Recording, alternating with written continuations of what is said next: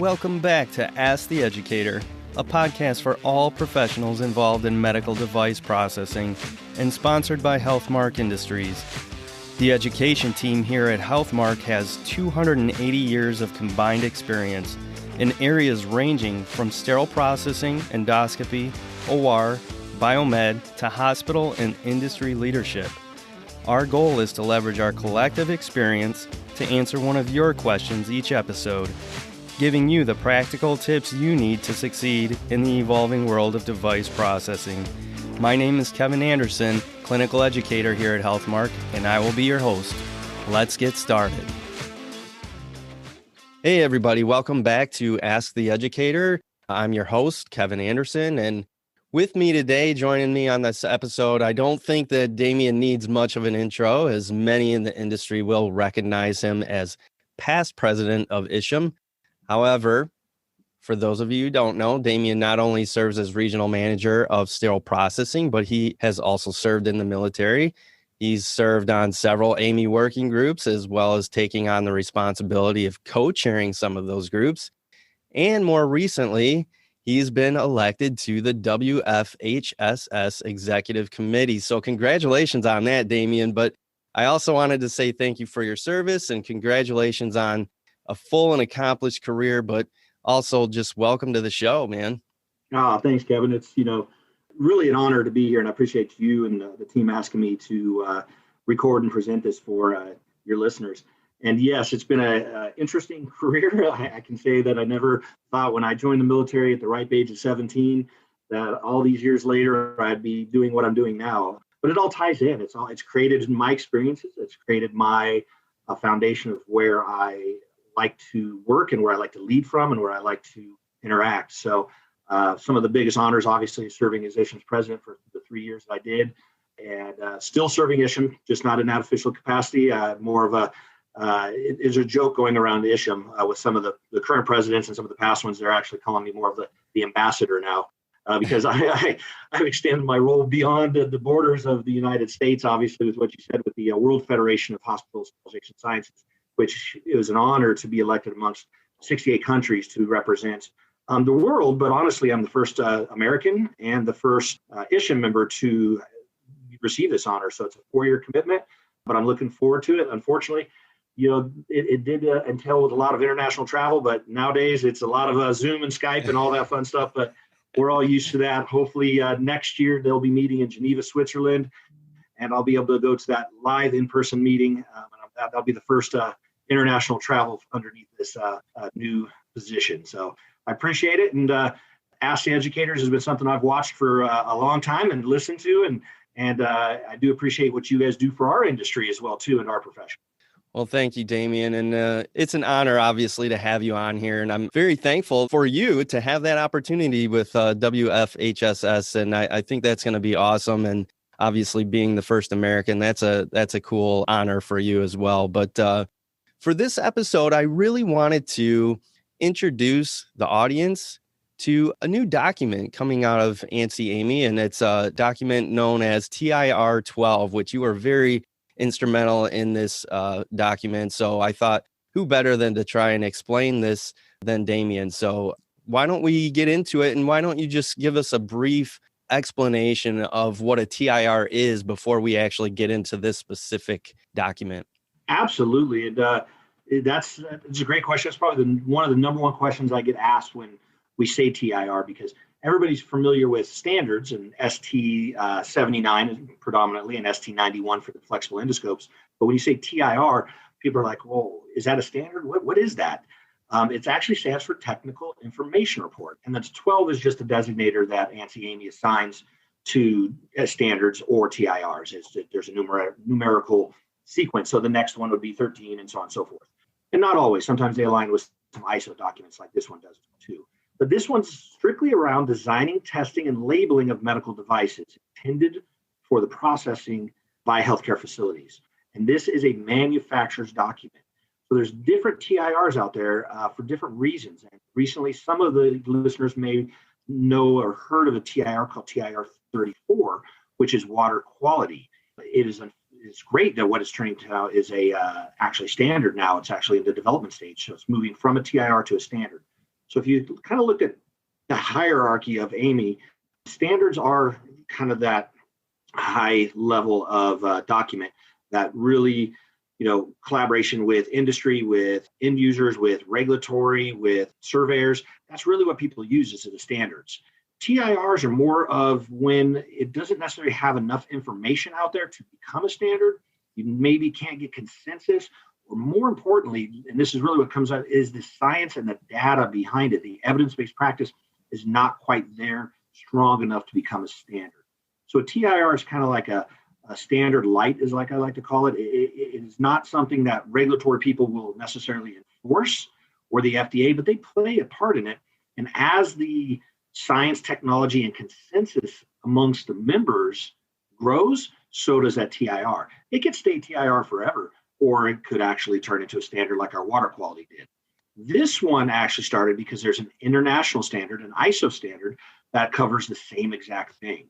So ISO, for the international standards organizations, they have documents that AAMI tries to mirror. So this TIR started years ago with AAMI trying to mirror what the ISO document is. But the ISO document kind of changes and fluctuates because it's truly global. So that's the nice part. So this one's been around for a little while, and I was lucky enough that I was approached by a gentleman by the name of Ralph Basile. I think you've heard of him, Kevin, maybe once. I might know him. He actually served as co-chair on this. And the one thing about AAMI is they like to have diversity in their co-chairs. And when I say by diversity, the different type of professional modalities.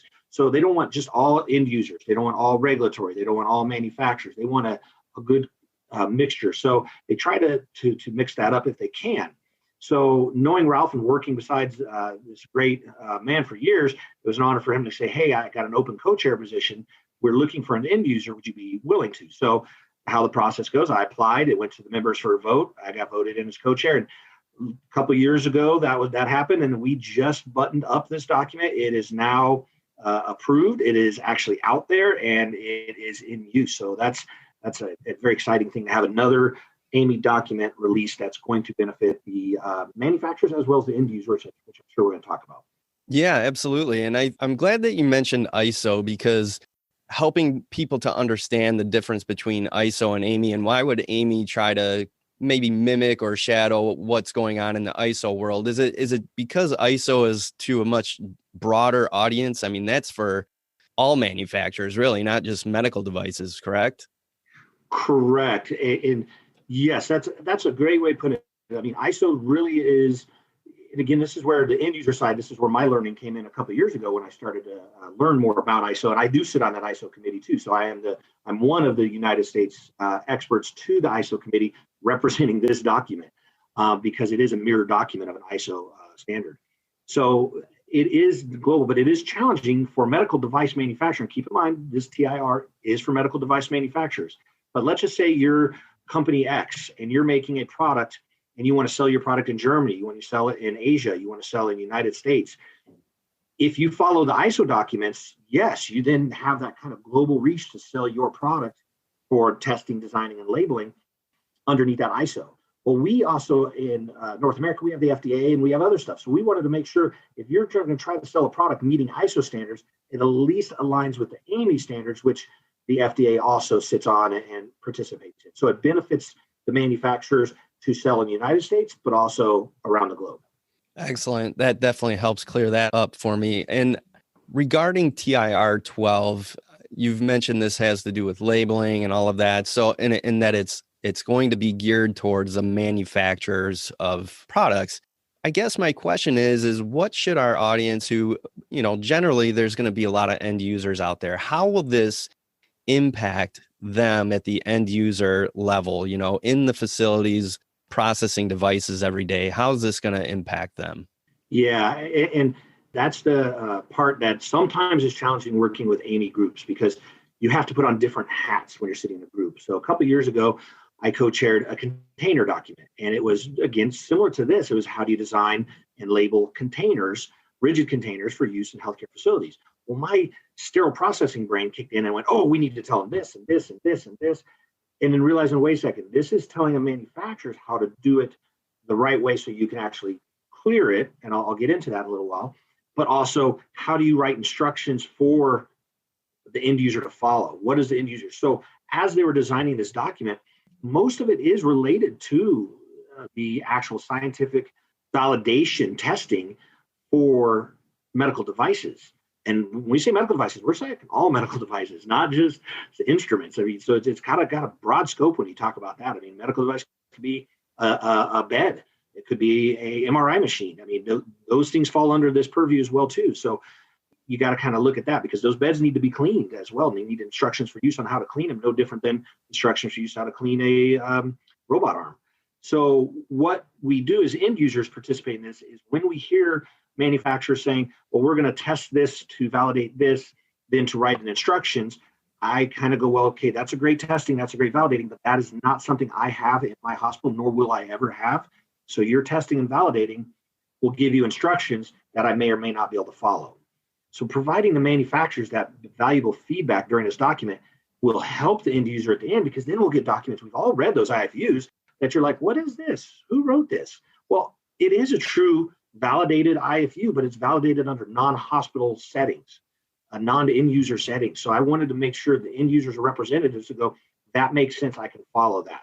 I don't want to ever tell a manufacturer, restrict their trade, restrict their thing, but I want to make sure that whatever they're designing and however they're testing it, and however they're telling us how to disassemble, clean, and sterilize actually can happen.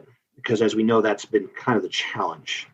Yeah, I think that's a great point. And I love that you brought up the challenges within the IFU and everything. And I know that just briefly looking over the TIR, I didn't really have enough time to read the entire thing thoroughly, but I noticed that there's some guidance there on how they should explain the cleaning, about maybe even disinfecting and the different levels of disinfecting. And then, so the scope of this project, this TIR, is helping get those manufacturers into thinking about how they're going to communicate the processing of these devices back to us, the end users. And I think that's great, because I think, just like you said, unfortunately, we've all been able to, or had the unfortunate experience where we open up an IFU and we can't find what it is we're looking for, whether it's the cleaning part or the inspection part or even the labeling part. Whatever it is, we're having a hard time finding what we need. One thing you brought up earlier is about containers. That is a separate TIR. Is that what you said? So that's actually a standard. That's actually a standard. Okay. And which one is that? Oh, you would give me ST77. 77. Okay. So between container standard, now you have this one, we're starting to get a big picture and we're starting to address all these various issues, right? No, and that's the fun part about it. And that's what excites me about sterile processing and reprocessing in general, is no day is alike. I mean, some of the tasks we do can be the same every day, but that's any job you have. That's life. But we're challenged every day with the changing technology, old standards, new standards, old IFUs, new IFUs. And you don't look at it as a negative thing. You look at it as that opportunity. You go, how can I understand more? And more importantly, in my case, how can I help? And how can I help my industry, my profession? I've been very fortunate to be able to do that. And for some reason, this speaks well to my brain. I can translate standards language, and it's not always easy.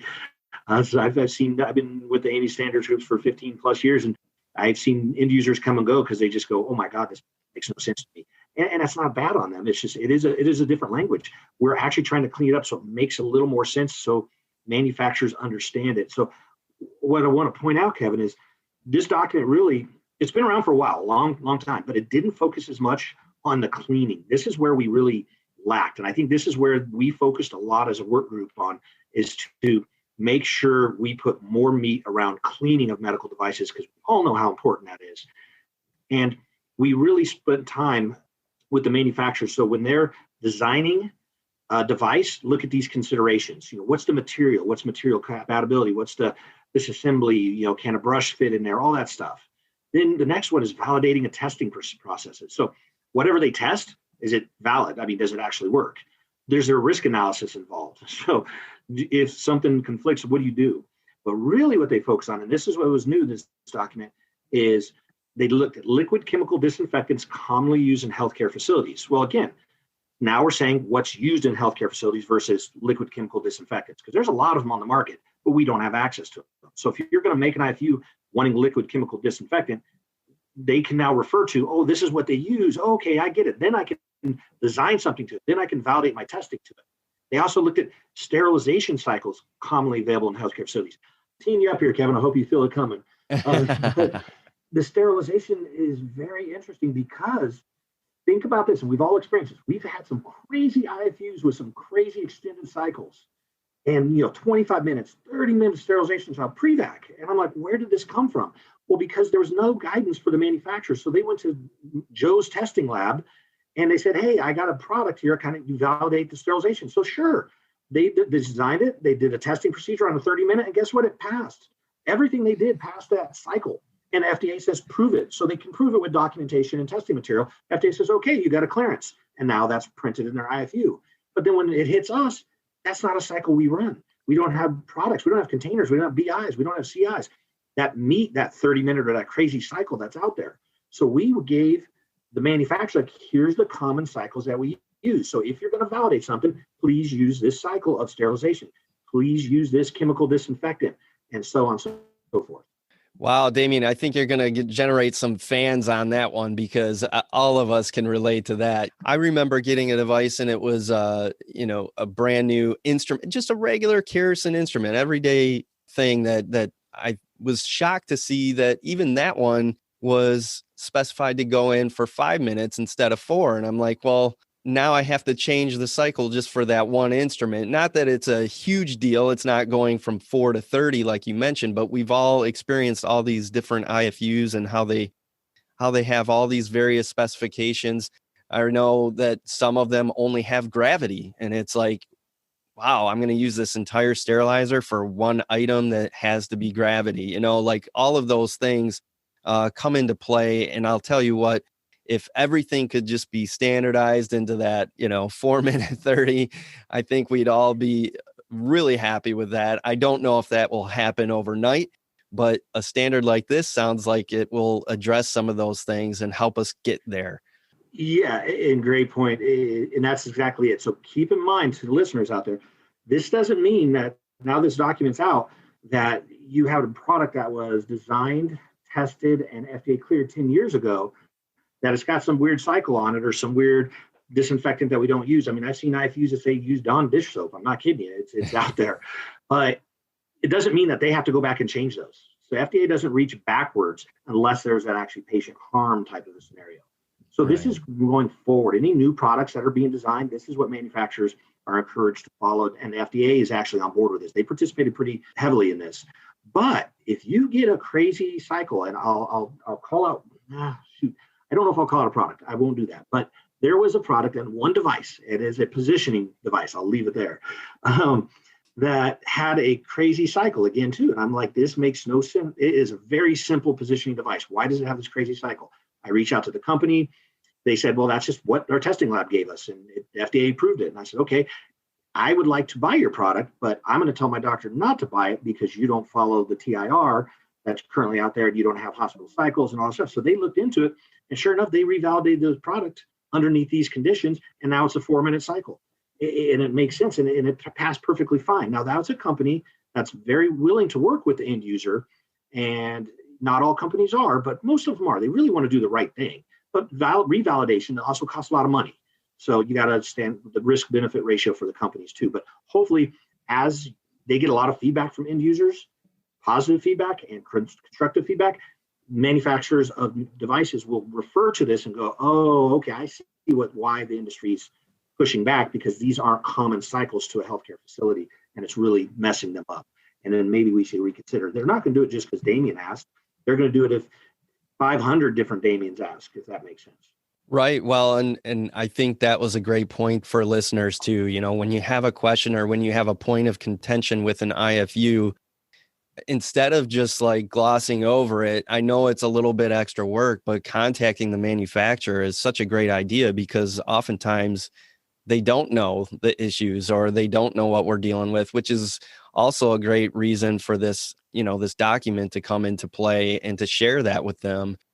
But another thing that I thought is interesting about this is, and you briefly touched on it, was the cleaning side and how there's more specifics around cleaning, but even point of use as well. I mean, these are foundational components to reusable medical devices. So I'm glad that that's in there. What are your kind of highlight takeaways from that component, the cleaning and point of use parts. So absolutely. The point of use is we spent a lot of time on it, and it was a little confusing, I'll see, even on my end, just because the scope of this document covers everything. We can't just talk about medical instruments, for instance. So if you say you need to do some point of use cleaning and remove it from the area can do further stuff, whatever that might be. Well, this also includes an MRI machine. So are you going to say you're going to remove the MRI machine from the patient's room? Or so we had to write it so that it was inclusive of anything that could touch a patient or patient touches that needed point of use cleaning. And I think we hit it pretty good. I mean, we had people from Philips, we had people from Siemens, we had Medtronic. I mean, you name it. We had multiple manufacturers there that represent different products that need to be pre-cleaned, that need to be disinfected for the next use, not necessarily sterilized, but low or intermediate disinfected. Well, all that plays in there, the environmental service disinfection. So we spent a lot of time on that. But the most important one, this is one I love to share with people. It's near and dear to my heart because I worked on it pretty hard but I can't take credit for it. There was a lot smarter people than I do in this. But they crosswalked, I want to say 230 to 250 different IFUs in the cleaning process and said, okay, you got and I'm just going to be very simple-minded here. You got a knife handle. A knife handle requires soaking, brushing, and it can go into the machine wash if you have it, or contact time and hand wash. You have a needle driver. You have a Zimmer total and hip tray. You have a robot arm. What are the commonalities between the 230, 250 IFUs that this task force looked at and says, can we create classifications, cleaning classifications for the different instruments so the end users then can say, I've got a class 1 device and it requires these things. I got a class 2 device, it requires these things. I got a class 3 device, it requires these things. So we're trying to bucket devices into different classifications so that they will understand the type of cleaning processes. A good example is if you have a Ranger set or a Kerrison set, those might all be class 2 devices. So then I need a sonication is now added to class 2. I'll use as an example. So it's a soak, it's a brush, it's a flush, it's a sonic, then it can go through machine wash.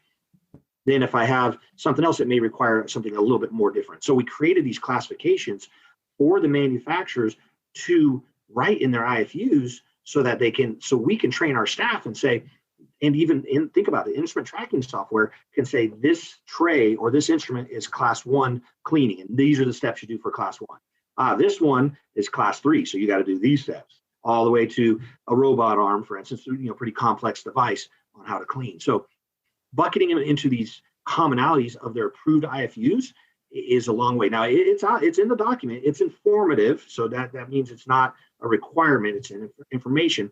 But manufacturers were very happy to do that. And I could see some end users and some industry grabbing onto this pretty quickly and expanding it. And that's what we really wanted to get done. That's probably, to me, one of the bigger successes of this document.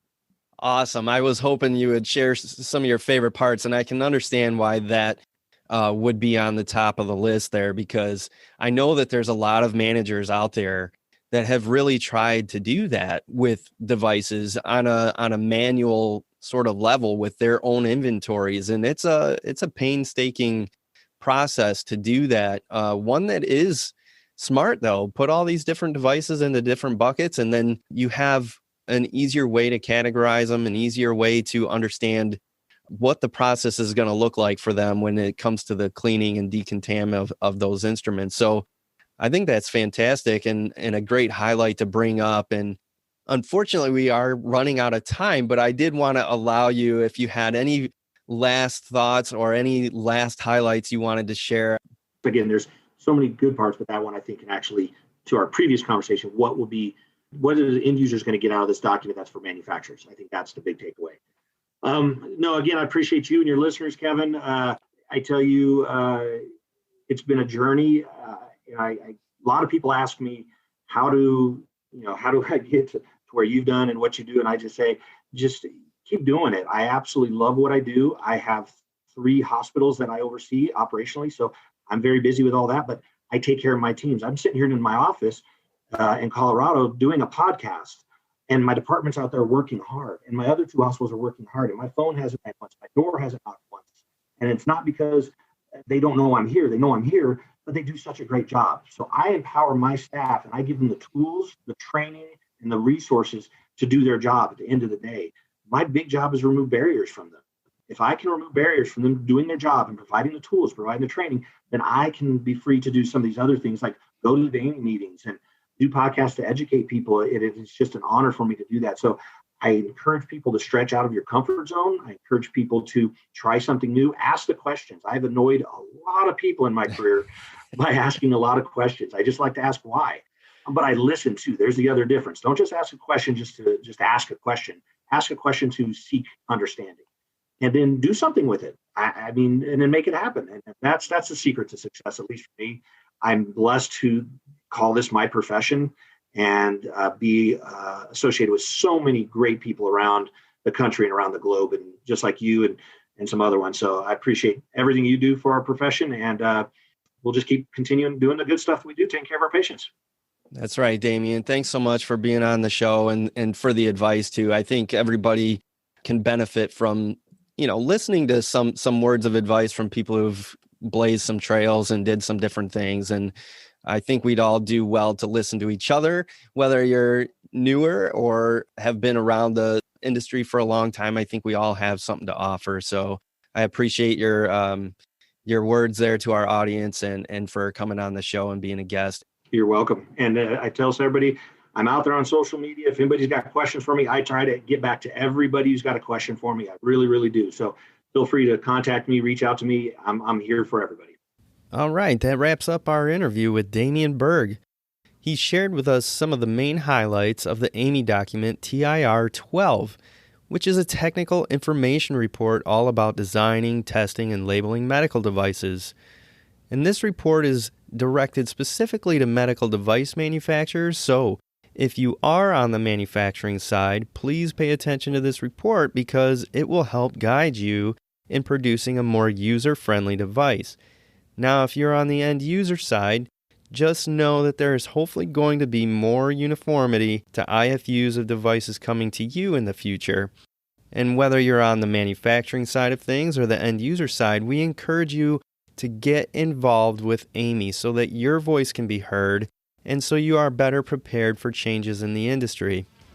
If you have any questions for us, please send them to our email address at asktheeducator@hmark.com. Thank you all for listening. All opinions expressed on this show are those of the presenters. Before using any medical device, it is important to review the device manufacturer's instructions for use.